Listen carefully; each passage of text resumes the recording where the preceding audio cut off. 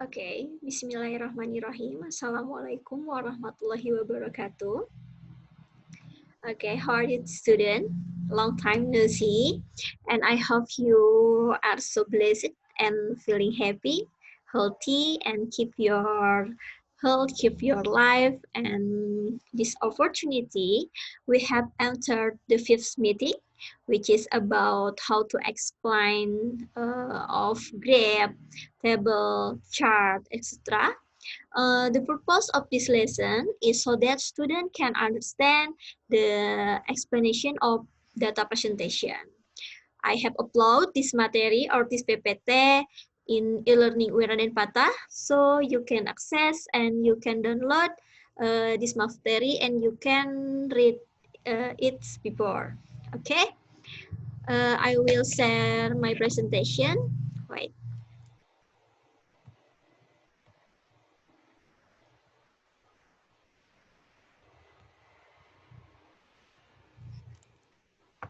Yeah, can you see my presentation?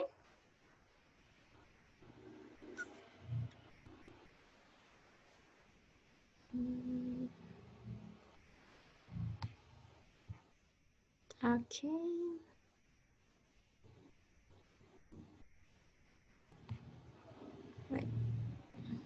Oke, jadi intinya di pertemuan kelima ini kita akan membahas tentang penyajian data. Penyajian data itu bisa berupa macam-macam ya, bisa berupa grafik, tabel, pie chart, gitu ya, bar chart, dan sebagainya. Nah, karena kalian sudah menjadi mahasiswa, tentunya kalian tidak akan terlepas dari yang namanya data. Baik itu berupa data research or this referensi textbooks maybe, seperti yang kemarin Ibu tugaskan, mungkin ada beberapa mahasiswa yang meresum data-data seperti tabel, grafik, dan sebagainya gitu. Nah, this lesson gitu ya, di pertemuan kali ini kita akan membahas bagaimana sih ketika kalian nanti mungkin presentasi atau ketika kalian nanti membaca data-data tersebut, penyajian data tersebut dalam bentuk data, tabel, grafik, dan sebagainya. Oke, Ibu harap kalian bisa membacanya dulu ya materinya. Jadi ketika Ibu menjelaskan ada gambaran, oh seperti ini, gitu. Oke, let's begin. Jadi sebenarnya apa sih grafik gitu ya atau chart atau penyajian-penyajian data yang memang seperti itu tuh apa? What's a chart? Charts are often used to summarize data. Jadi chart itu, grafik dan sebagainya itu adalah digunakan untuk merangkum sebuah data atau penyajian data. They make it easy to see trend and the amount of variation in the information being studied. That's why it's important to understand the way charts display information. Nah, jadi di sini tujuannya apa? Tujuannya untuk mempermudah apa dalam menyampaikan informasi sebuah data gitu ya, baik data penelitian ataupun data-data referensi pembelajaran gitu ya. Dan itu sangat penting katanya untuk dimengerti. Apalagi kita sebagai akademisi gitu ya, baik mahasiswa, dosen, dan sebagainya. Nah, di chart ini biasanya kita berbicara tentang variable, talk about variable. We talk about a lot variable because graph are a visual way of presenting the relationship between variable. Jadi memang biasanya tuh kita bicara tentang variabel terikat, variabel bebas, atau misalnya di grafik itu ada variabel X, ada variabel Y gitu ya. Dan memang harus ada variabelnya, harus ada datanya dulu, baru kita bisa menyajikan dalam bentuk charts seperti itu. Next ya.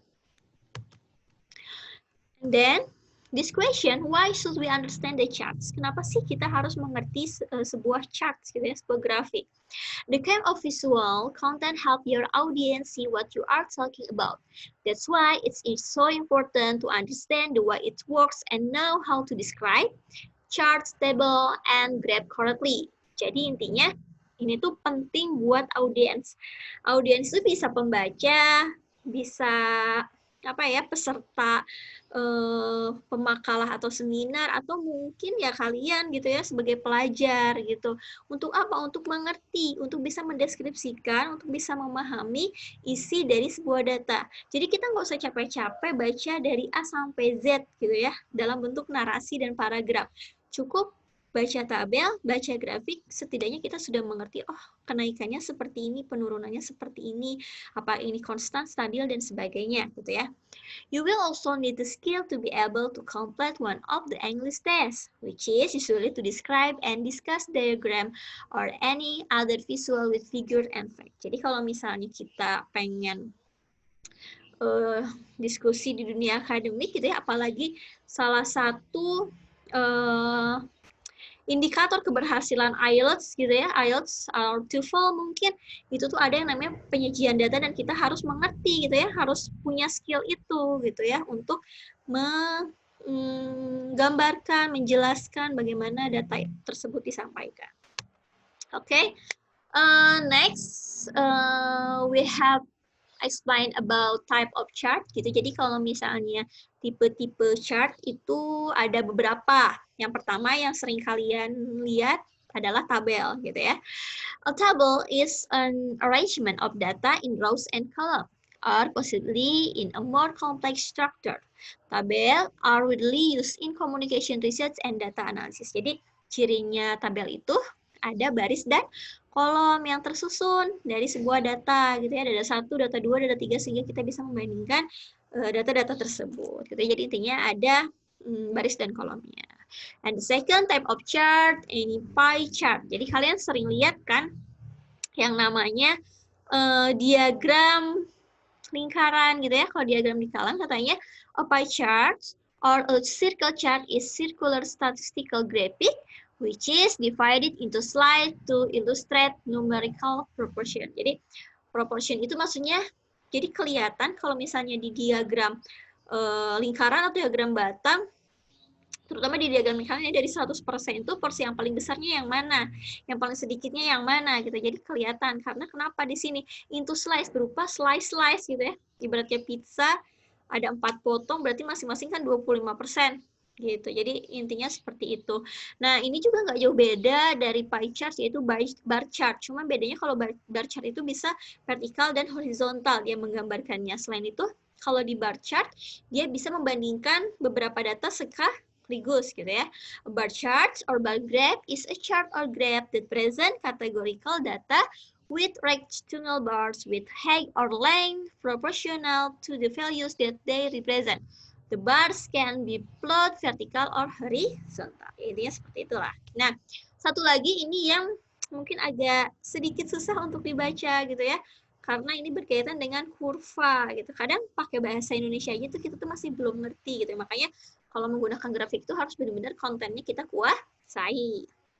Nah, si kurva atau line graph ini katanya a line chart is a way of plotting data points on a line. Jadi berupa garis gitu ya.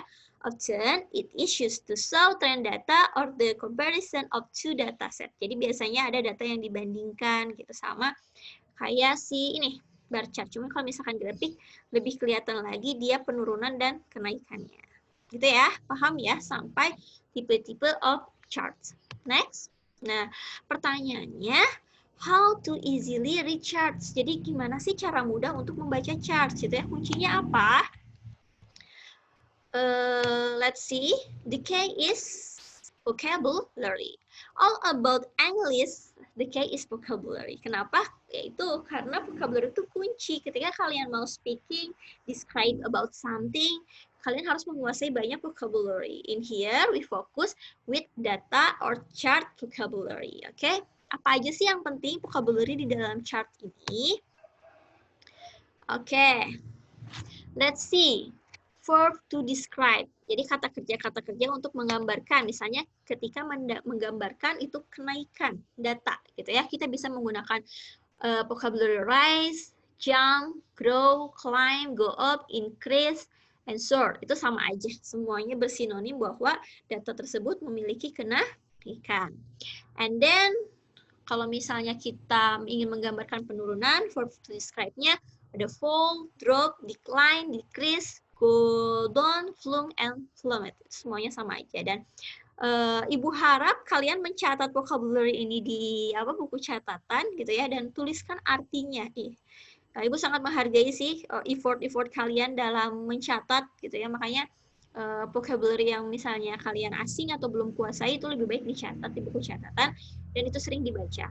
Nggak perlu dihafalin, sering dibaca aja juga nanti bakal tersimpan di memori jangka panjang kalian, gitu ya. Terus kalau misalnya adverb, kata keterangan untuk menggambarkan seperti apa, effort to describe how, gitu ya, bisa sharply dengan tajam, gitu ya, entah itu penurunan atau kenaikan, quickly dengan cepat, gitu ya, steply, considerably, significantly dengan kalau significantly itu dengan perbedaan yang sangat jauh, gitu, steadily, gradually, moderately, slightly, and slowly. Jadi perhatikan vocab-vocab yang barusan Ibu jelaskan. How to describe gitu ya, kalau misalnya dia datanya tidak mengalami penurunan dan kenaikan, bisa kalian gunakan constant, steady, or stable. Oke, itu tentang vocabulary-nya. And then we can talk about praise. Prasenya itu seperti apa untuk menggambarkan. Nah, biasanya sebelum kalian mendescribe about the content of chart, kalian harus ini dulu, mengenalkan dulu introduction gitu ya. Isi chartnya itu seperti apa. Misalnya the pie chart is about, jadi ini loh si diagram lingkaran ini menggambarkan tentang misalnya kebanyakan suku Sunda di Jawa gitu kan ya, atau memang menggambarkan proporsi mahasiswa yang memilih mata kuliah A dibanding mata kuliah B gitu. Nah, itu bisa pakai prase-prase seperti ini. Ini dari sini ya. Nah, kalau misalnya ini bla bla bla has the largest, bla bla bla has the second largest. Ini biasanya ini digunakan untuk tadi diagram batang, diagram apa? Lingkaran gitu. Yang terbesarnya tuh apa gitu ya.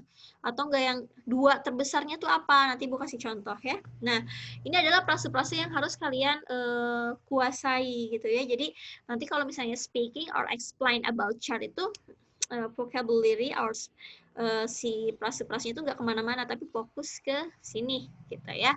And then kalau grammarnya itu seperti apa Bu? Kalau grammarnya tensisnya biasanya seperti biasa ya. We will use simple present, past tense, or present perfect ya. Mind the correct use of tenses when describing a chart. If the chart deal with fact in the present, as in our example, use simple present. Jadi kalau misalkan menceritakan fakta-fakta sekarang gitu ya, kita bisa gunakan simple present. Nah, if there is in the facts of the past, then use simple past. Jadi kalau kamu menggambarkan tentang data-data yang sebelumnya atau data-data yang berkaitan dengan masa lalu, kita gunakan tensisnya simple past.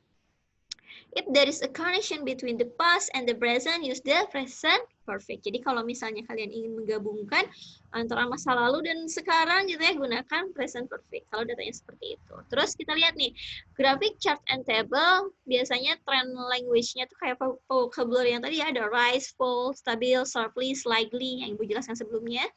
Terus kalau misalkan kita gunakan past tense, biasanya sell, rose sharply by 2005. Jadi harus dibaca tahunnya biar tahu dia tuh datanya tahun berapa sih gitu.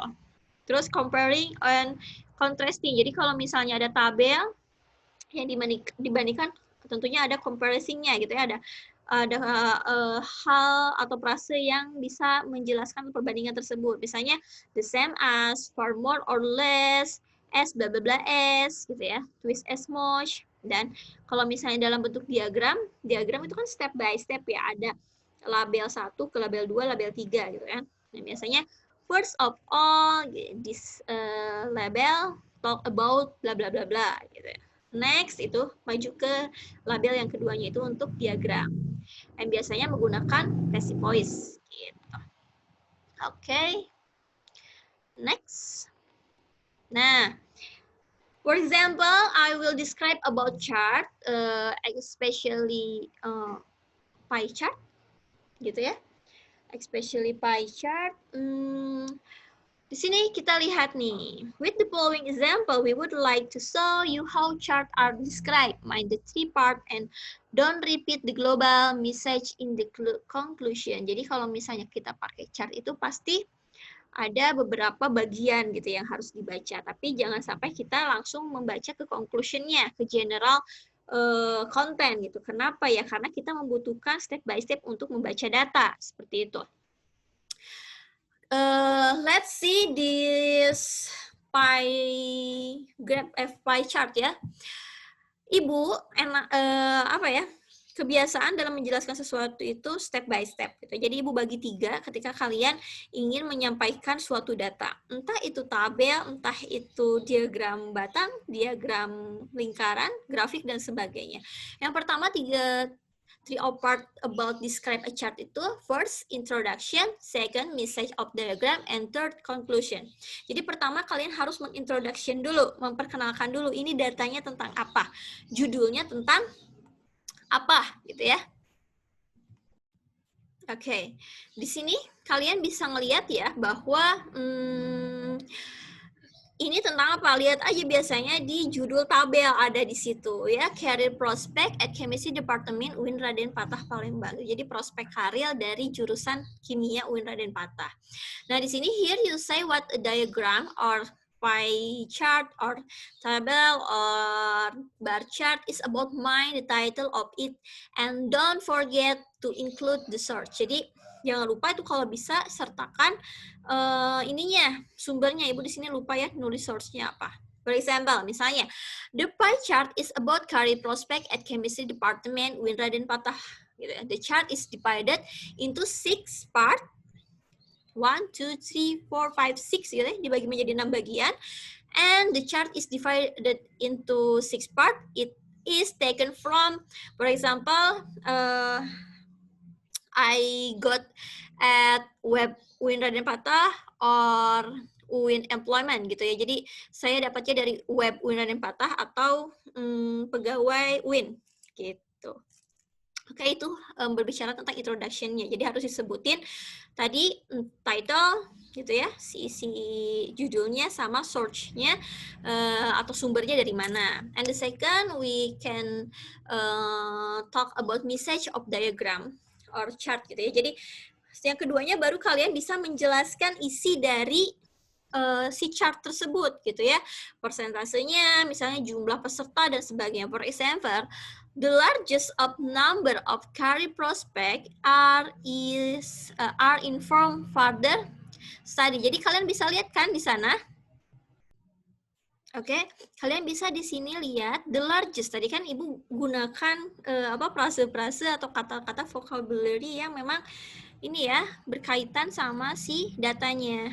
Mana sih tadi? Nah, ini misalnya nih has the large gitu ya. Has the second. Nah, Ibu gunakan di sini the largest number of career prospects are informed further study gitu ya. There are 48%. Jadi kalian bisa dilihat nih, oh data yang terbesarnya itu adalah further study atau melanjutkan studi ke jenjang yang lebih tinggi gitu. Terus lihat lagi nih data yang kedua yang terbesarnya yang mana, warna orange, scientific employment. Apa itu scientific employment? Jadi pegawai-pegawai sains misalnya kayak laboran, analis, apa sih kalau misalnya di industri itu quality insurance, researcher dan sebagainya gitu ya. Jadi kalian bisa nyebutin the second largest number of career prospect are in form scientific employment. There are 25%. Di sini sebutin. Yang ketiga, yang keempat itu masih sama gitu ya. Sampai kalian bisa membandingkan misalnya the chart shows that there are only 5% gitu ya, 5% in from finance, etc. dan sebagainya gitu ya. Jadi kalian bisa baca satu-satu di sini pakai frase-frase yang sudah Ibu jelaskan tadi. And the last is conclusion. Kalau conclusion itu secara general, secara umumnya gitu, baru disebutin di terakhir. So we can say that the most career prospect inform further study and the least inform computing IT employment. Jadi di sini cukup baca yang terbesar sama yang terkecilnya. Yang terbesarnya tadi further study, and yang terkecilnya mereka jadi pekerja IT gitu dah. Soal-soal ini tuh bakal ada di ujian tengah semester nanti gitu ya, di kuis juga mungkin insya Allah ada gitu, bisa berupa bar chart, tabel dan sebagainya. So you can learn at this PPT as this explanation video. Jadi kalian kalau misalnya ada yang ingin ditanyakan, please ask me before, and don't forget to learn vocabulary a lot gitu ya. Jadi seperti itu.